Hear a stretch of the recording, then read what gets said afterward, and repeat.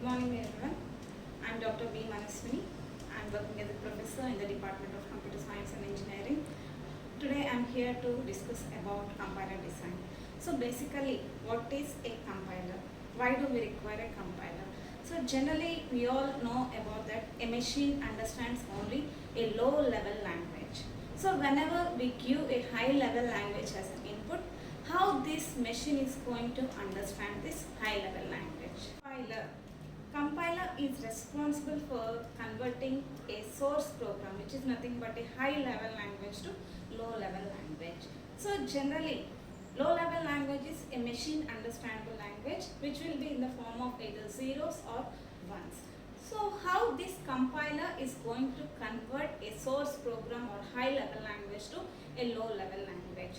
So in order to make this conversion process, first of all we must know about that a compiler is a software. That means this software or a compiler is responsible for doing all the conversion process from high level language to low level language. So this compiler, in order to make this conversion process, it is going to have 6 phases. So totally we are going to have 6 phases of a compiler, or we can call these phases as a structure of a compiler. So what is a phase? Generally, a phase is a logically interrelated operation. What is a logically interrelated operation?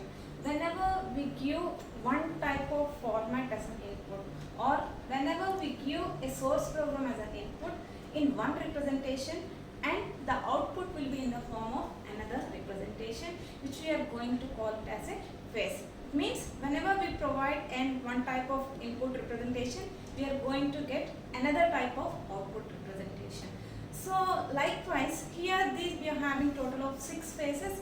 So among these 6 phases, the first 3 phases we are going to call it as analysis phase, and the remaining 3 phases we are going to call it as a synthesis phase.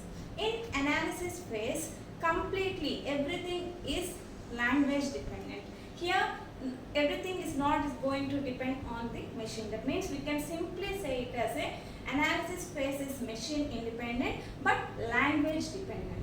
Whereas synthesis phase is the opposite of this analysis phase. Here it is completely machine dependent and it is completely synthesis phase. It is the reverse of analysis phase. That means here it is going to completely dependent on the machine, but the language is independent. So it is not going to depend on the language, but it is going to completely depend on the machine. So whenever this synthesis phase is dependent on this machine, so it is going to tell us that it is going to generate the low level language, which is machine understandable language. So now let us see what are the different phases of a compiler, or what is the structure of a compiler. So we are having total of 6 phases. The first phase is lexical analyzer, the second phase is syntax analyzer, third phase is semantic analyzer, fourth phase is intermediate code generator, fifth phase is code optimizer,